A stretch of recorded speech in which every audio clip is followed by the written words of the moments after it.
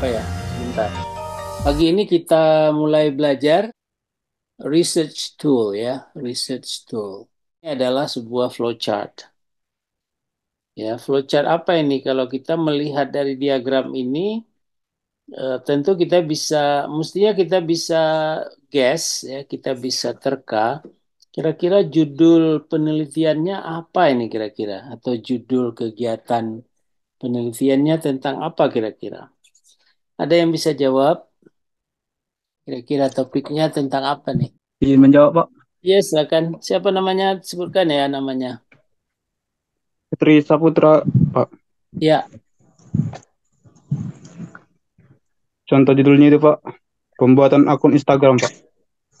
pembuatan akun Akun Instagram. Instagram. Ya, ada pendapat lain? Izin menjawab, Pak. Ya, Eh, menurut saya ini tentang cara login ke akun Instagram, Pak. iya. Yang mana yang benar ya? Coba kita lihat. Dari diagram ini kita lihat ya, ada satu simbol mulai ya. Jadi mulai itu kalau susah kita tulis seperti yang digambar ini, kita bisa menulis oval seperti ini ya. Ini kita kalau bahasa Inggrisnya misalnya start. Start itu ya kita yang mau start gitu ya. Artinya pada saat kita kalau sholat nih Allahu Akbar lah ini ya. Jadi ini udah nggak bisa diganggu lagi kalau udah start ini. Ya. Kemudian kita melihat sebuah kotak di bawahnya ya. Nah, ini langsung ini eksekusi ini ya. Ya. Jadi tanda segi empat ini adalah login atau login Instagram. Nah, berarti kegiatannya adalah login ke Instagram. Perintah di sini adalah login. Ya, kita nggak bisa login kalau kita belum punya nama dan password. Ya, nah di sini ada satu jajaran genjang di sini. Ini eh, adalah data yang kita masukkan. Ya, ini di sini adalah data. Data tentang apa? Siapa nama Anda, apa password Anda. Ya. Kemudian biasanya akan dicek. Pas cara menceknya adalah dengan tanda apa ya ini? Kita bisa buat ketupat, kita bisa buat tanda apa? Permata ya. Nah, seperti ini. Apakah password ini benar atau tidak, sesuai atau tidak? Ini adalah sebuah tanda tanya. Ya, jadi di sini adalah sebuah simbol question untuk pemeriksaan password. Kalau kita masukkan ternyata salah, nah, ya kita akan diminta lagi memasukkan password. Password yang tadi kita sudah tahu atau kita lupa gitu kan. Nah, kalau lupa password biasanya juga ada pertanyaan eh, lupa password. Nah, kalau lupa password nanti ada flowchart lain lagi. Nah, tapi kalau sesuai kita bisa masuk langsung ke beranda Instagram dan selesai. Tapi kalau tidak sesuai, kita diminta lagi, dicek lagi, ya. Kalau dicek lagi sesuai, masuk ke sini. Nah, tanda panah ini, ya, tanda panah, tanda panah, tanda panah, tanda panah, tanda panah, ini adalah proses berikut. Jadi setelah setelah satu step, kita masuk ke step yang lain.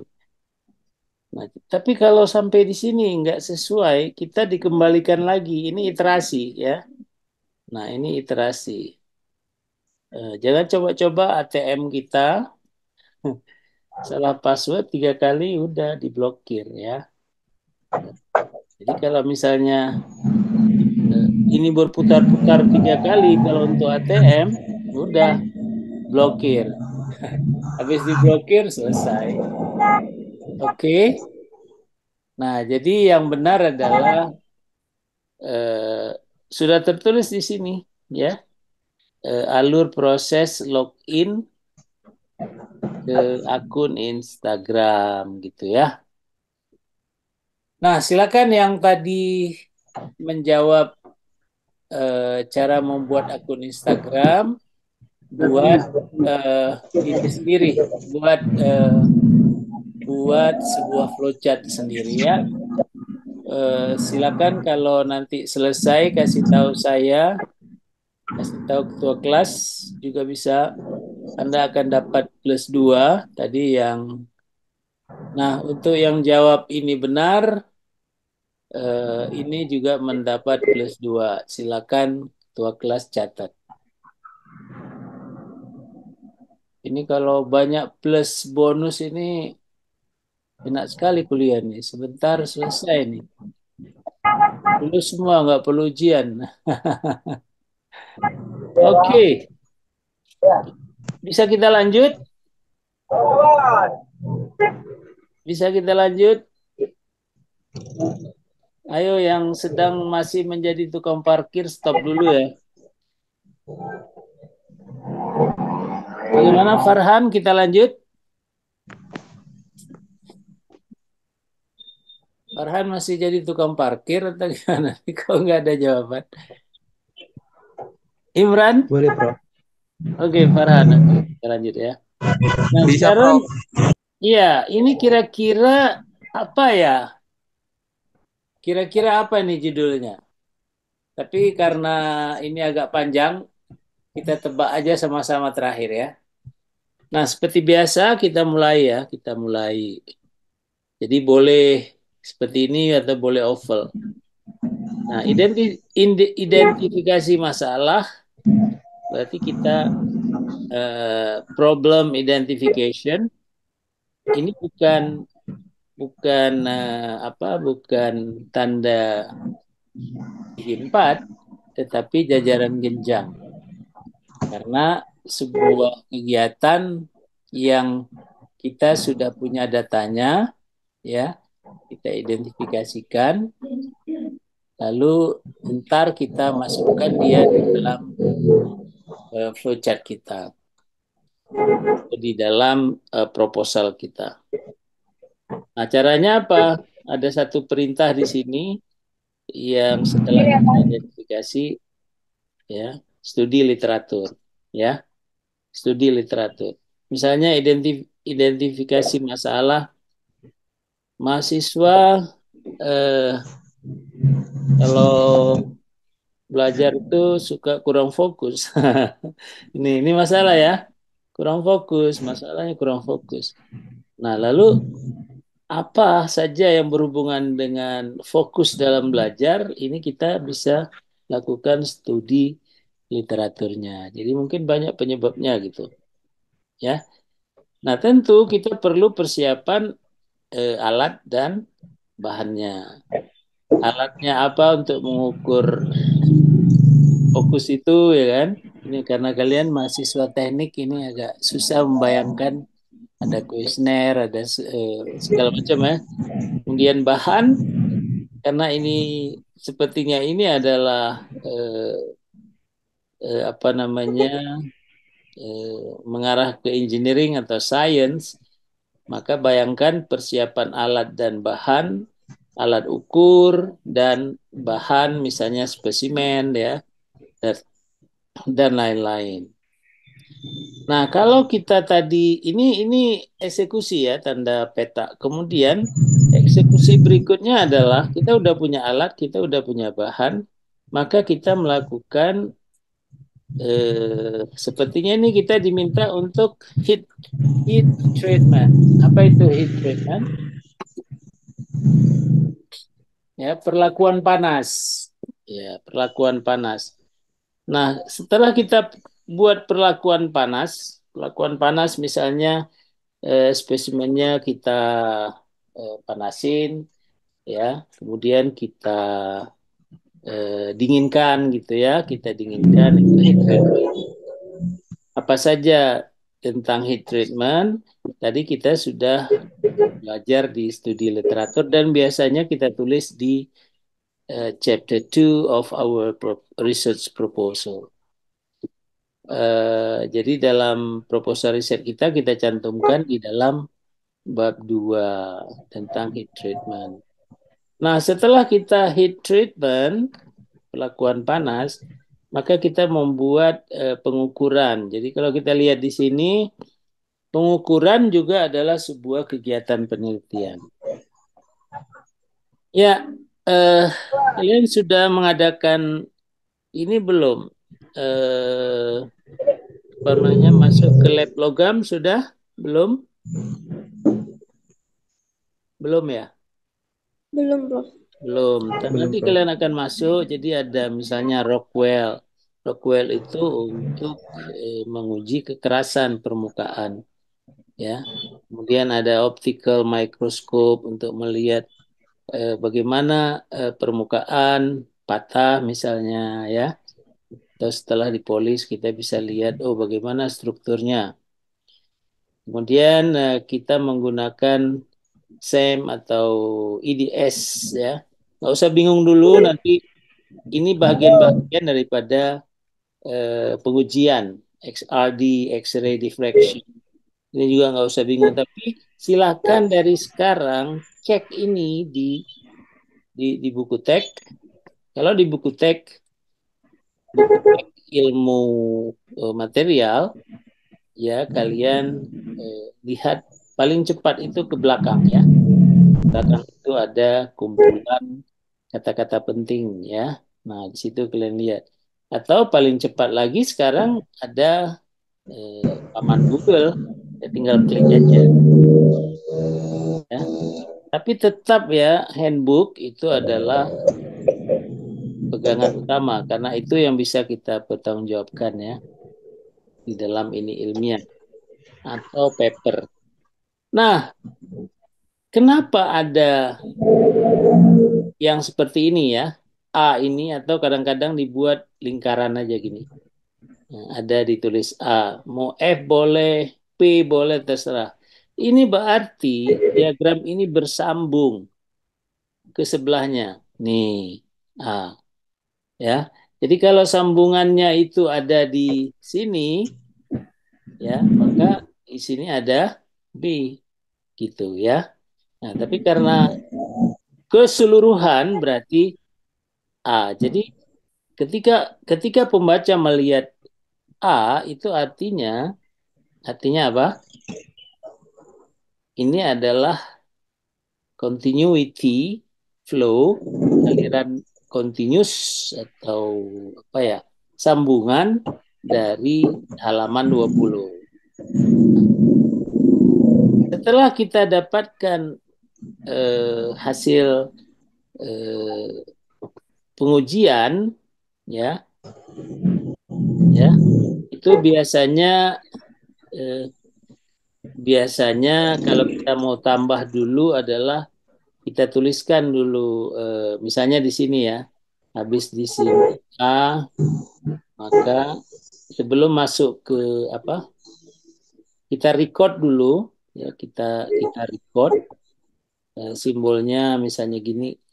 Jadi misalnya kekerasan tadi Rockwell berapa ya, bla bla yang lain juga demikian.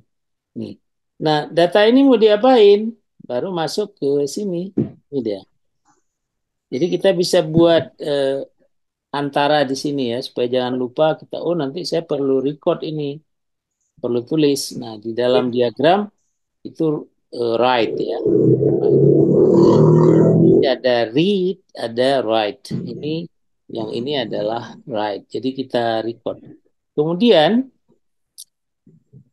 data kalau tidak diolah dan tidak kita analisis, dia belum bisa menjadi informasi. Ingat, data is data. Nah, makanya kadang-kadang raw data. Coba lihat ya, ada raw data, ada eh, primary, data, ada secondary data. Secondary.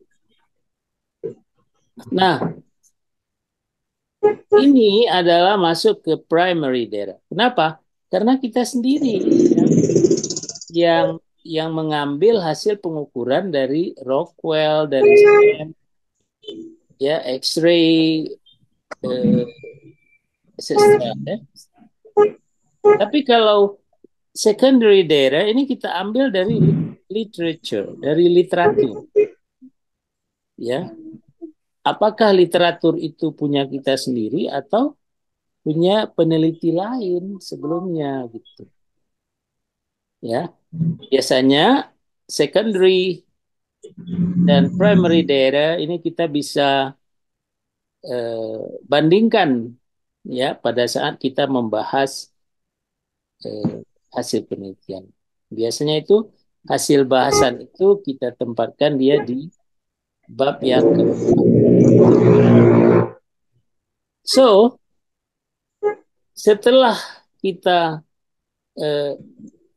olah ini ya, setelah kita olah dan analisis data, maka hasilnya adalah, ya, kalau kita mau sebelum ini ya, sebelum apa nih?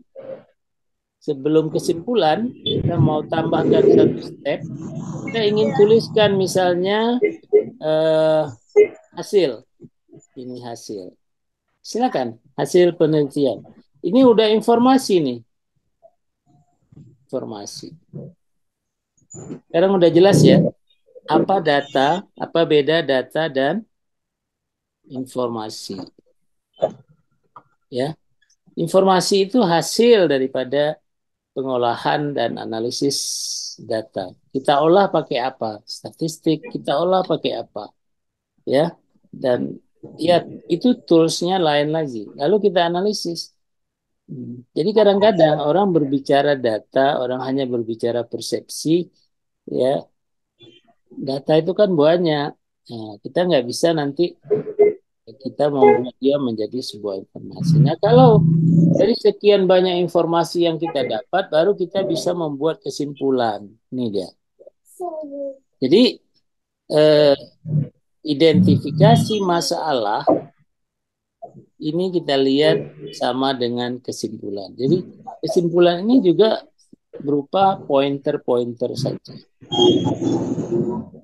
Nah, di dalam penelitian kesimpulan itu biasanya itu kita bisa lihat dari tujuan penelitian. Oke? Ya, ini sudah kita bahas sebelumnya. Tujuan penelitian itu ada tujuan umum, ada tujuan khusus, ya. Umum biasanya itu kita merubah sebuah judul penelitian kita, ya, menjadi kalimat, karena judul penelitian kan bukan kalimat, dia frasa, ya.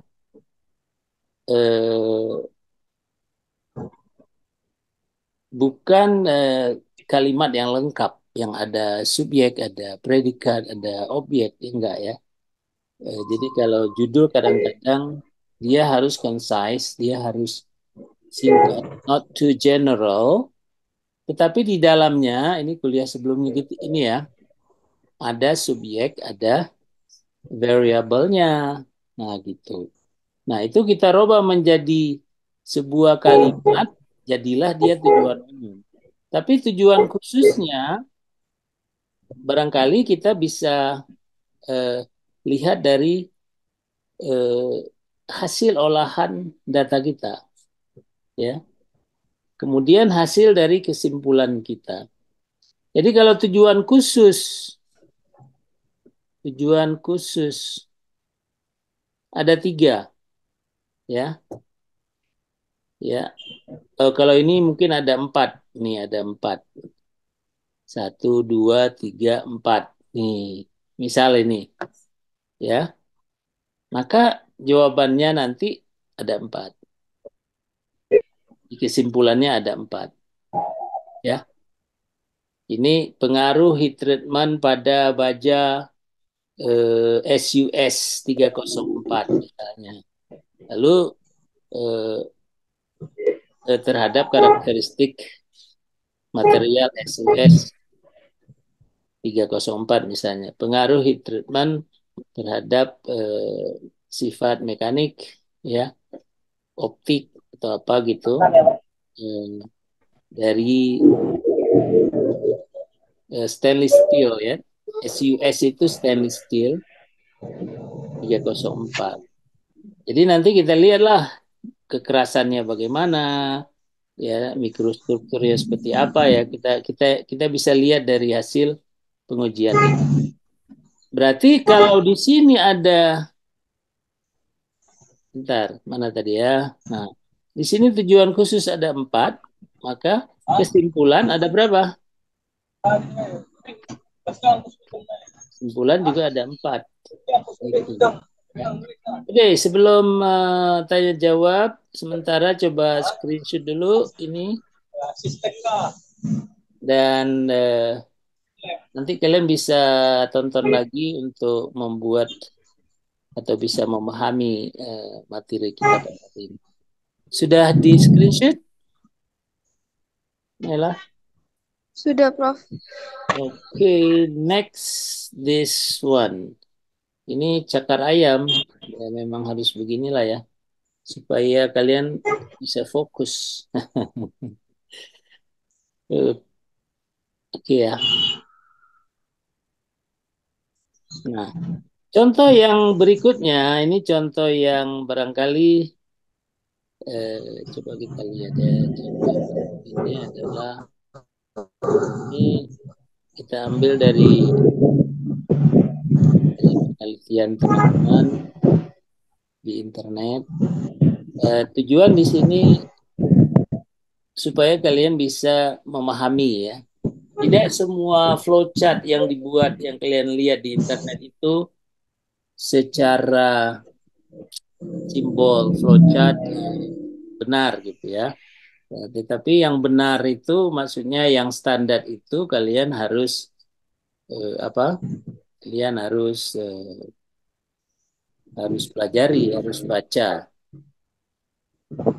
bagaimana cara membuat flowchart yang baik dan benar. Tapi biasanya mulai kita seperti tadi kan, mulai ada yang buat begini ya, ada yang seperti ini, seperti tadi saya sudah contohkan. Tanda peta itu adalah eksekusi, kemudian tanda ketupat ya, ketupat, belah ketupat seperti ini, atau permata, ini adalah untuk pertanyaan, kontrol, ya, iya tidak setelahnya, kalau tidak keringkan, kalau sudah ya udah rekat bilah menjadi balok laminasi dan seterusnya. Ini perlu pengujian seperti tadi kan. Nah, pengujian itu ada ini, ada ini. Kemudian pengolahan data lagi, perumusan hasil seperti yang saya katakan tadi, baru ada kesimpulan. Tapi lihat, kesimpulan yang bentuknya bukan kotak tapi dibuat kotak. Makanya kalian harus membuat, bisa memperbaiki ya setelah kuliah ini. Sekarang oke, silakan screenshot ini. Oh, sudah mau habis nih. Silakan screenshot dulu. Nah, Sudah, apa Prof. software yang digunakan ya? Software, jadi bisa pakai Microsoft Word, bisa Microsoft PowerPoint, bisa Excel, bisa Microsoft Visio, atau ada lagi yang gratis ya, punya Google ya. Silakan dicari. Intinya adalah untuk memudahkan kita membuat flowchart. Kita akan sambung lagi dengan tanya jawab di grup ya. Kalau masih cukup waktu yang tersedia, kita akan, masih ada waktu ya. Kita akan perpanjang diskusinya setelah kalian membuat resume sedikit, lalu masing-masing menuliskan 2-3 pertanyaan ya. Oke, sementara kita cukupkan dulu. kita akan saya stop share. Ya, kita cukupkan dulu. Untuk selanjutnya nanti kita sambung lagi.